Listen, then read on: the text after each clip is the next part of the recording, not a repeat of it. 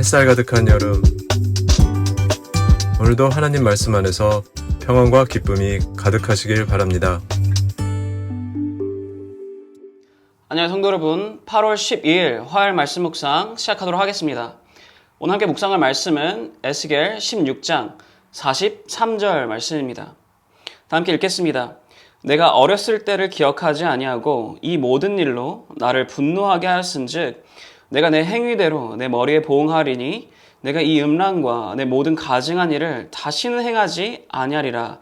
주 여호와의 말씀이니라. 아멘. 오늘 본문이 포함되어 있는 이 에스겔 16장 35절에서 52절까지 말씀은요, 이스라엘 향한 하나님의 심판에 대한 말씀입니다. 이스라엘이 하나님을 얼마나 이 배신을, 간음을, 음행을 행하였는지, 또한 이스라엘이 우상 숭배를 하며 얼마나 큰 죄를 짓고 얼마나 많은 피를 흘렸는지에 대해서 하나님께서 말씀을 하십니다. 그리고 그로 인하여 하나님께서 이스라엘을 어떻게 심판할지를 말씀하고 계십니다. 그것도 구체적으로 말씀하고 계십니다.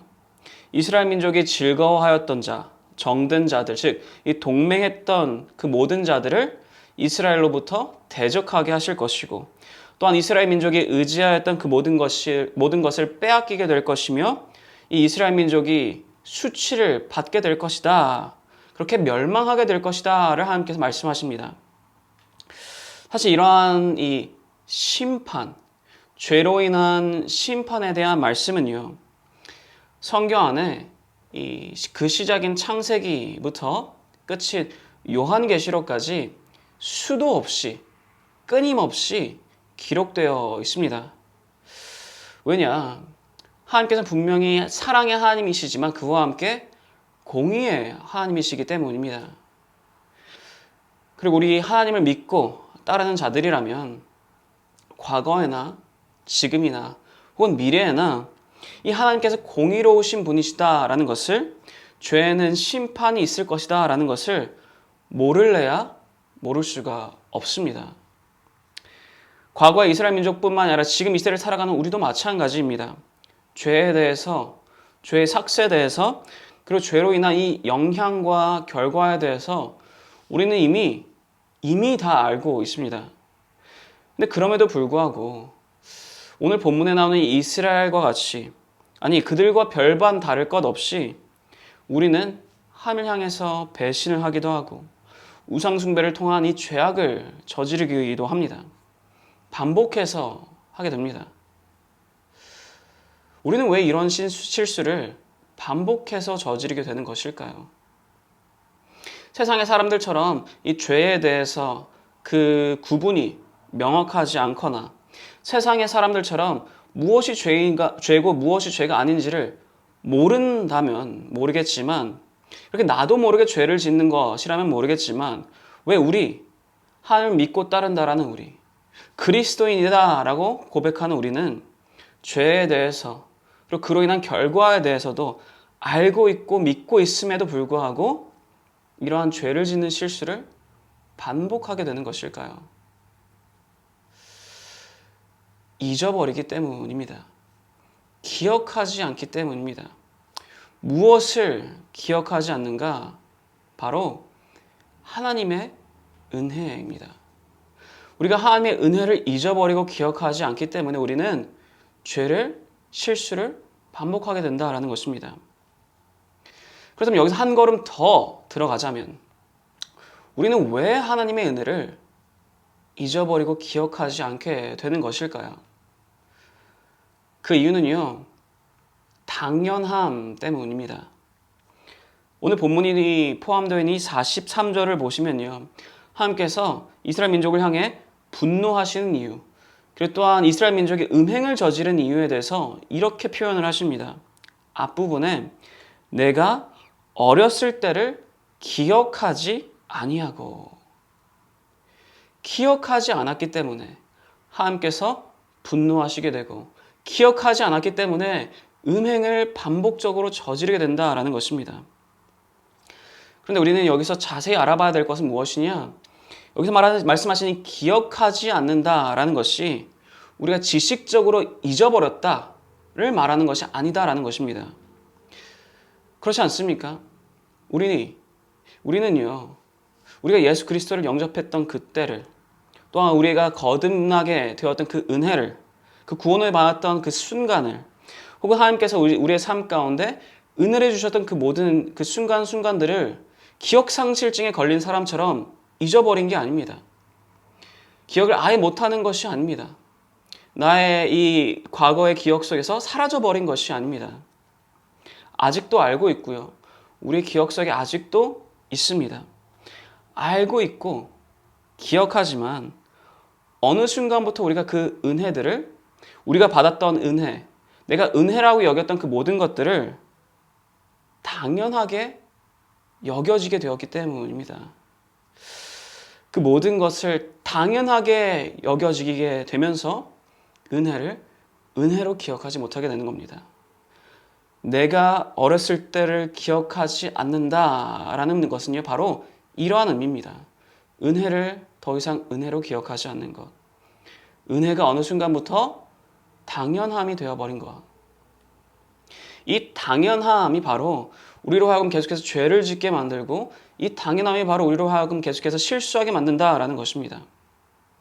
여기서 한 걸음 더 나아가자면요, 우리는 왜 은혜를 어느 순간부터 당연하게 여기게 되는 것일까요? 익숙해져서? 그것도 맞습니다. 근데 그것도 맞지만 실상은요, 내가 받았던 그 은혜의 크기와 깊이를 내가 온전하게 알고 있지 않기 때문입니다. 내가 받은 은혜가 얼마나 크고 위대하고 놀라운 것인지를 제대로 알고 있지 않기 때문입니다. 그러다 보니까 우리가 두리번거리면서 더 나를 만족시킬 무언가를 더 찾고 있게 되는 것입니다. 예를 들면 이런 것입니다. 맥가이버 칼이라고, 스위스 아미 나이프, 근용칼이라는 그러한 이 맥가이버 칼로 불리는 것이 있습니다. 굉장히 조그마한 도구인데요, 이 도구 안에는 정말 별의별 그러한 도구들이 함께 들어 있습니다. 여기는 가위도 있고요, 칼도 있고요, 뭐 어떤 것은 손톱깎이도, 플러스 마이너스 드라이버도 있고, 병따개도 있고, 뭐 줄자도 있고, 정말 다양한 기상천외한 그러한 도구들까지 다 들어있는 것이 바로 이 멀티툴 맥가이버 칼입니다. 그런데 이렇게 다양하게 다용도로 사용할 수 있는 이 맥가이버 칼에 대해서 내가 온전히 알지 못하고 있다면, 단순하게 내가 이 맥가이버 칼을 손톱깎이로만 알고 있다면요, 어떻게 되겠습니까? 손톱깎이로만 사용할 것입니다. 그러다 보면 부족하다 느끼게 될 것입니다. 부족하다 여기게 될 것입니다. 그래서 두리번 거리만 찾는 것입니다. 또 다른 내가 병따개로 사용할 만한 그 무언가를 찾게 되는 것이고, 또 다른 내가 드라이버로 사용할 만한 그 무언가를 찾게 되는 것이고, 또 다른 가위로 사용할 만한 무언가를 두리번거리며 찾게 되는 것입니다. 은혜가 바로 이러합니다. 내가 받은 그 은혜의 그 깊이와 크기를요, 그 위대함을요, 내가 제대로 알지 못하고 있으면요, 어느 순간 나는요, 부족하다 느끼게 되는 것입니다. 그때 그 순간에는 이게 충분하다 느끼지만 점차 내가 그 은혜의 깊이와 크기를 온전히 알지 못하다 보니 어느 순간부터는요, 부족하다 여기게 되는 것입니다. 그러다 보니 대체할 무언가를 두리번거리며 찾는 것입니다. 하나님의 은혜가 아니라 우상이 나에게 주는 그 무언가를. 우리는 이러한 행동까지도 어느 순간 당연하게 여기게 되게 됩니다. 내가 부족하니까 무언가를 더 두리번거리면서 찾는 것을 당연하다 여겨버립니다. 다르게 말하자면요, 내가 연약하니까 죄를 짓는 것을 당연하다 여기게 된다라는 것입니다. 그렇게 내가 받은 그 모든 은혜가 당연함으로 탈바꿈이 되면서 그와 함께 내가 죄를 짓는 것도 당연하게 탈바꿈이 된다라는 것입니다. 죄에 대해서 무덤덤, 무감각해지며 하나님의 공의와 하나님의 심판에 대해서도 무덤덤, 무감각해지게 되는 것입니다. 그렇게 죄를 더욱 더욱 지으며 나아가게 되는 것입니다. 사랑하는 성도 여러분, 우리가 이미 받은 은혜는요, 절대로 당연한 것이 아닙니다. 당연하지 않기에 은혜입니다. 그럼 이제는 더 이상 더더더를 외치며 주위를 두리번거리며 나를 채울 무언가를 찾고 있는 것이 아니라 이제는요, 한번 되돌아볼 때입니다. 되돌아봐야 합니다. 묵상해 봐야 합니다. 내가 이미 받은 은혜에 대해서, 내가 지금 가지고 있는 은혜에 대해서 되돌아보고 묵상을 한번 해봐야 합니다. 그렇게 내가 되돌아보고 묵상을 할 때 내가 조그마하다라고 여겼던 그 은혜가 알고 보니 실상은 거대하며 실상은 그 놀랍고 그 깊은 크기에 대해서 우리는 다시 한 번 더 깨닫게 될 것입니다. 하나님께서 바울에게 하신 그 말씀과 같이 내 은혜가 너에게 부족하지 않다라고 말씀하신 그 말씀을, 그 진정한 의미를 우리는 깨닫게 될 것입니다. 그렇게 우리의 입술은요, 더 이상 걱정, 염려, 불안, 불평을 쏟아내는 것이 아니라 그 은혜의 진정한 의미를 깨닫게 될 때 우리는, 우리의 입술은 감사를 고백하기 시작할 것입니다.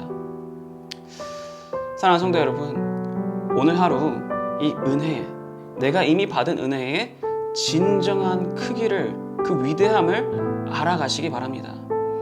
그렇게 그 은혜로 인하여 감사를 고백하며 하나님께서 나에게 오늘 허락하신 오늘의 은혜를, 오늘의 기쁨을, 오늘의 행복을, 오늘의 기대와 소망을 온전하게 누리며 나아가시는 모든 성도 여러분 되시기를 축원합니다. 기도하겠습니다. 하나님 아버지, 감사드립니다. 하나님께서 나에게, 우리에게 허락하신 그 은혜가 적지 않음을, 조그맣지 않음을 다시 한 번 더 고백합니다. 나에게 그 은혜가 절대로 부족하지 않음을 고백합니다. 내가 그 은혜에 대해서 더욱더 알 수 있도록 그 깊이와 그 크기를, 그 위대함을 더욱더 온전히 알 수 있도록 우리를 인도하시고 우리를 깨우쳐 주시며 성령님의 인재하심 가운데 함께하여 주옵소서. 감사드립니다. 이 모든 기도 살아계신 예수 그리스도 이름으로 기도를 쌓옵나이다. 아멘. 화요일 기도 제목으로 다 함께 기도하길 바랍니다. 첫 번째로 다 함께 기도하였으면 하는 것은 담임 목사님 외에 교역자분들의 가정과 사역을 위해서 기도해 주기 바랍니다. 모든 교역자분들이 소명감과 사명감으로 말씀을 준비하고 맡겨진 사역을 잘 감당하실 수 있도록 기도해 주기 바랍니다. 또한 그 모든 교역자분들의 이 가정과 자녀들을 주님께서 지켜주시기를 기도해 주시기 바랍니다. 두 번째로 다 함께 기도하였으면 하는 것은 화요 중보 기도 모임을 위해서 기도해 주시기 바랍니다. 이 중보 기도 모임이 주님의 교회의 영적 동력이 되어서 부흥의 초석이 되는 그러한 모임들이 될 수 있도록, 또한 참여자들의 이 성결함과 기도 가운데 주님께서 넘치는 은혜를 주시도록 기도해 주시기 바랍니다. 마지막으로 선교사님들을 위해서 기도해 주시기 바랍니다. IT 박동환 선교사님, 우즈벡의 강세르게 선교사님, 러시아의 김선종 선교사님을 위해서 이분들의 사역과 이분들의 가정을 위해서 기도해 주시기 바랍니다. 다 함께 기도하겠습니다.